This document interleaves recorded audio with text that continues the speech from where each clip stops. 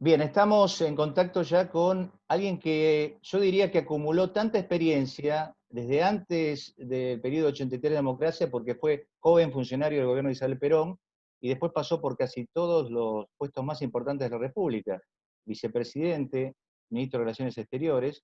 Es interesante saber en esta etapa pandémica cómo ve el país y hablar de varios temas con Carlos Rucauf. Rucauf, ¿cómo estás? Gracias por atendernos, ¿eh? ¿Qué tal? Muy buenas noches.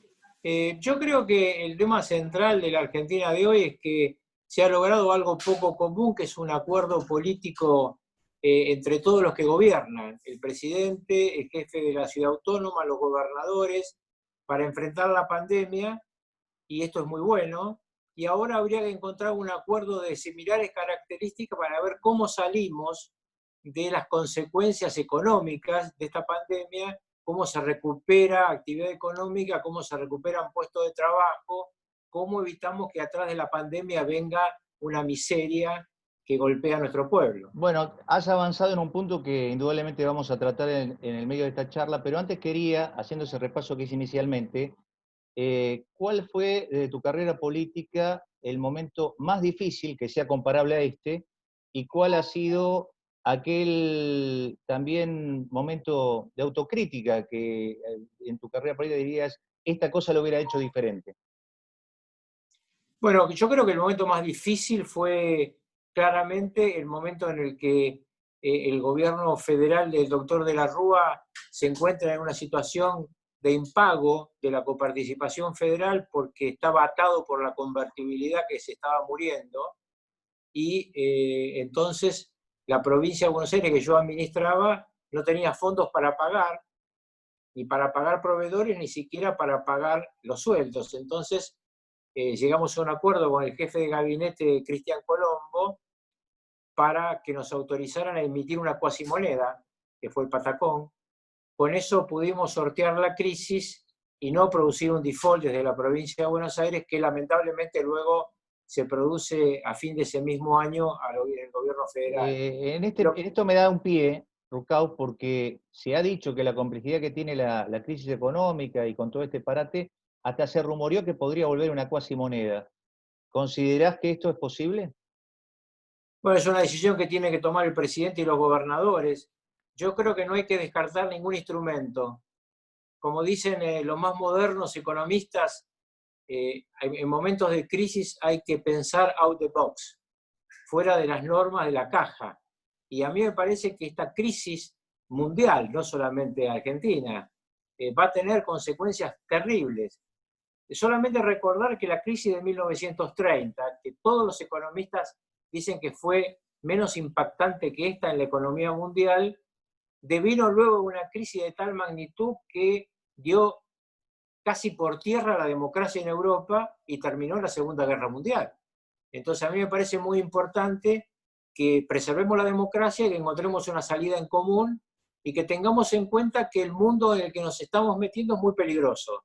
Tenemos una persona que no está muy bien de su cabeza, con un fuerte desequilibrio emocional al frente del país más grande de América del Sur. Bolsonaro, estás Bolsonaro es, hablando. Eh, Bolsonaro es sobre una este persona muy punto, peligrosa. sobre este punto, está claro que es peligroso, pero ¿no crees que, y como ex canciller te lo pregunto, que el gobierno argentino no tendría que personalizar y tratar de tener una relación madura, porque Brasil sigue siendo Brasil, a nivel regional es sumamente importante, líder mundial? Por ejemplo, uno se pregunta, Daniel Scioli, que ha sido designado embajador, ¿qué gestiones reales está haciendo? ¿Qué gestiones puede hacer? Bueno, yo creo que hay que diferenciar Brasil de Bolsonaro. Brasil es fundamentalmente nuestro socio más importante, nuestro principal comprador. Tenemos que lograr en el futuro la mejor relación posible, pero negociar con Bolsonaro va a ser muy difícil. Este militar frustrado tiene las características de megalomanía de un cabo austríaco frustrado que incendió el mundo en el siglo pasado. Yo temo mucho que Bolsonaro termine buscando un autogolpe militar en Brasil y que esto empeore mucho la situación. Bolsonaro hoy tiene el Superior Tribunal de Justicia investigando a sus hijos y a él por temas muy graves. Tiene 5 procedimientos de impeachment presentados en el Congreso de Brasil. Y lo que está prácticamente pidiendo a los gritos es que los militares lo ayuden a sacarse de encima del Congreso y de sacarse de encima al Supremo Tribunal de Justicia. ¿Hay, Rucauf, la posibilidad de tener un Bolsonaro en la Argentina? No, no creo. Yo creo que nosotros tenemos una tradición que hace que nos quemamos tanto con leche que vemos una vaca y lloramos. Nosotros sufrimos una dictadura muy, muy dura y me parece que cada vez que hay algún elemento de la realidad que aparece como una extralimitación del poder, la reacción colectiva es muy grande, ¿no? El caso más típico y más reciente es Vicentín. Yo creo que el 90% de los que protestaron no tienen ni idea de qué es Vicentín, pero tienen claro que no quiere que haya un avance sobre la propiedad privada. Pero sin embargo, ese avance, y en esto el peronismo, que vos también has representado, seguís representando desde un encuadramiento o un sentimiento, está llevando a una situación casi de callejón sin salida y van a tratar de forzar la ley. ¿Qué mirada tenés sobre esta actitud del gobierno? Bueno, yo creo que ha sido muy importante la opinión del doctor Labaña. Primero porque es, sin duda, uno de los hombres más claros que tiene la Argentina en materia económica. Yo lo voté como candidato a presidente porque lo conozco muy bien y sé de sus valores. Y él acaba de plantear un proyecto que van a presentar o habrán presentado ya sus diputados en el Congreso de la Nación para que este tema vuelva al juez natural, para que el camino de salida de la crisis planteada en Vicentín sea un camino donde participe el sector privado y el sector cooperativo, y donde en todo caso el Estado se quede con una acción de oro para garantizar los créditos de la banca pública. Pero tiene que quedar claro, creo, para todos, que de esta crisis argentina no sale con más Estado. De esta crisis argentina sale con mayor protección a la actividad privada. Hay quien formuló periodísticamente hace pocas horas la idea de que en este tándem Alberto-Cristina se da el revés histórico de aquel retorno frustrado y de la proscripción, donde Cámpora estaba formalmente en un gobierno, pero quien ejercía el poder era Perón, a la distancia. ¿Hoy quien ejerce el poder es Cristina? No, yo no creo eso.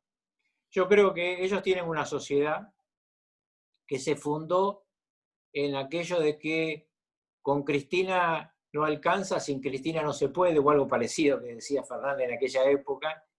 Y entonces ambos saben que necesitan del otro. Obviamente que hay siempre en esto una mirada hacia el futuro. Yo el otro día le decía a un colega suyo que esa foto de lo que yo llamo el trío pandemia está planteando las alternativas. El rival más lógico del proyecto gobernante es Horacio Rodríguez Larreta. Y en el proyecto gobernante, el que quiere ser sucesor de Fernández es el gobernador de la provincia de Buenos Aires. Además de Bernie, ¿no? Que yo creo que es la otra carta de Cristina. Pero me parece que ellos van a mantener esta sociedad por estos 3 años y medio que faltan. Quiero ir a ese punto. Bernie, has tenido en su momento la controversia de tener un militar como ministro de Seguridad, que fue Aldo Rico. ¿En qué se parece esta figura de Bernie a aquella de Aldo Rico? Bueno, Aldo Rico estuvo absolutamente subordinado y cuando no lo estuvo se fue. Yo creo que este es el tema central. Me parece que ¿Bernie no está subordinado? A mí me da la impresión de que se subordina a su jefa, lo dijo. Se subordina a Cristina Kirchner.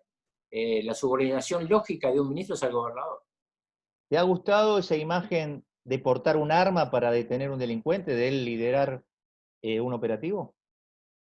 Yo no creo que sea necesario que haga eso nunca un ministro, pero me parece que es parte del show-off, es parte de la presentación de un individuo que dice, yo te voy a salvar de tus problemas. En definitiva, ustedes fíjense, ¿qué es lo que ha prestigiado Alberto Fernández al jefe de la Ciudad Autónoma, Rodríguez Larreta, y en general a los gobernadores? Que se pusieron de acuerdo para proteger nuestra vida. ¿Qué es lo que intenta decirnos Bernie? yo además protejo la otra parte de su vida, que es la seguridad. Yo creo que esto requiere de una mirada integral, no requiere de una pelea entre la provincia de Buenos Aires y el gobierno federal, requiere de una coincidencia de trabajo entre, así como hay una coincidencia en el AMBA en materia de salud, tiene que haberlo en materia de seguridad. Los delincuentes cruzan la frontera sin preguntar quién está mandando del otro lado. Quiero hacer un pie también de página por el difícil momento de salud que tuvo Menem. Aparentemente se está recuperando bien, pero bueno, cuando pasan estos cimbronazos, empiezan las controversias. ¿Qué fue Menem para la historia argentina? Aunque lo sigue siendo, en un punto está en una banca del Senado con poco juego y con poco voz, acompañando algunas iniciativas. Pero ¿qué fue Menem para la historia argentina? Yo creo que fue un hombre que tenía una idea de país. Esto es que quería hacer una modificación de la estructura de la Argentina y que para eso buscaba un gabinete de gente lo más capaz posible. El otro presidente que yo conocí personalmente, además de Perón, fue Arturo Frondizi, que también tenía un plan. A mí me parece que lo que en general se necesita es planes estructurales, no solamente salidas coyunturales. Y este es el gran desafío de hoy. ¿Cómo logramos que entre todos, entre esos mismos que se pusieron de acuerdo para luchar contra la pandemia y salvarnos la vida, se pongan de acuerdo para salir de esta crisis y tener una economía distinta que la que venga, una economía con planes estructurales, que decida qué nos conviene alentar, qué exportaciones, no solamente exportaciones primarias, sino exportaciones que tengan valor agregado, cuál es la cadena de valor que tenemos que apoyar, cómo tenemos que lograr que el que fabrica pueda exportar, porque si usted tiene un nivel de dólar tan bajo para el que exporta, tiene una dificultad. El que exporta tiene muchas veces insumos importados. Entonces, ¿cómo funciona este mecanismo en una empresa que tiene que exportar y que en lugar de pagarle lo que vale realmente el dólar, le pagan un dólar inferior? Hoy un empresario, digo, para aplicárselo al hombre común, que está exportando granos, recibe más o menos un valor de 60 pesos por dólar. Y el dólar real, 120. Entonces, está recibiendo la mitad. Para el epílogo de la nota, te pido una reflexión como si viniera un extranjero y te hiciera la pregunta que siempre se hace en la Argentina de este sistema político que puede estar desestructurado, muchas veces eh, muy criticado en su funcionamiento, pero que el peronismo persiste. ¿Qué es el peronismo en la Argentina y cuántos peronismos hay? Bueno, en primer lugar, el peronismo está entre las tres fuerzas, en las tres fuerzas políticas que han participado fuertemente en la elección, porque el candidato a vice de Macri era peronista, el número 2 de Rodríguez Larreta es un peronista de familia, peronista de toda la vida. Por el otro lado, obviamente, Labaña, Graciela Camaño, no puedo dejar de citar su participación en el peronismo, y obviamente el peronismo participa de la alianza gobernante. Y entonces, ¿cómo lo definimos en pocas palabras? ¿Qué es el peronismo hoy? Bueno, depende cómo lo ve cada uno. Yo creo que el peronismo tiene que representar la visión de un país que tiene que buscar soberanía política, que tiene que buscar una legitimidad en materia económica que le permita a todos los argentinos vivir dignamente y que tiene que lograr que esto se haga dentro de un esquema de derecho. Es decir, el peronismo en el que yo creo es un peronismo republicano, no es un peronismo que se lleve por delante ¿Debe al darse en ese resto. sentido autocrítico un baño de republicanismo o de democracia que todavía no tiene?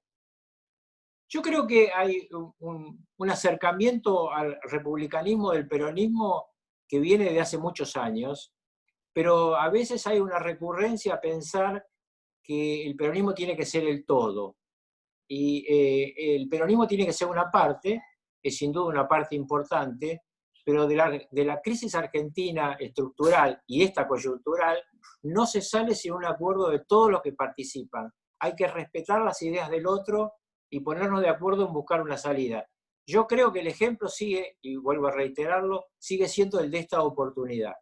Todos los que están gobernando hoy están en una posición proactiva respecto al resto, mientras que los que están en la parte partidocrática tienden a enfrentar a los sectores. Bueno, ha sido Carlos Rucauf en Expediente Político. Muchas gracias. Buenas noches.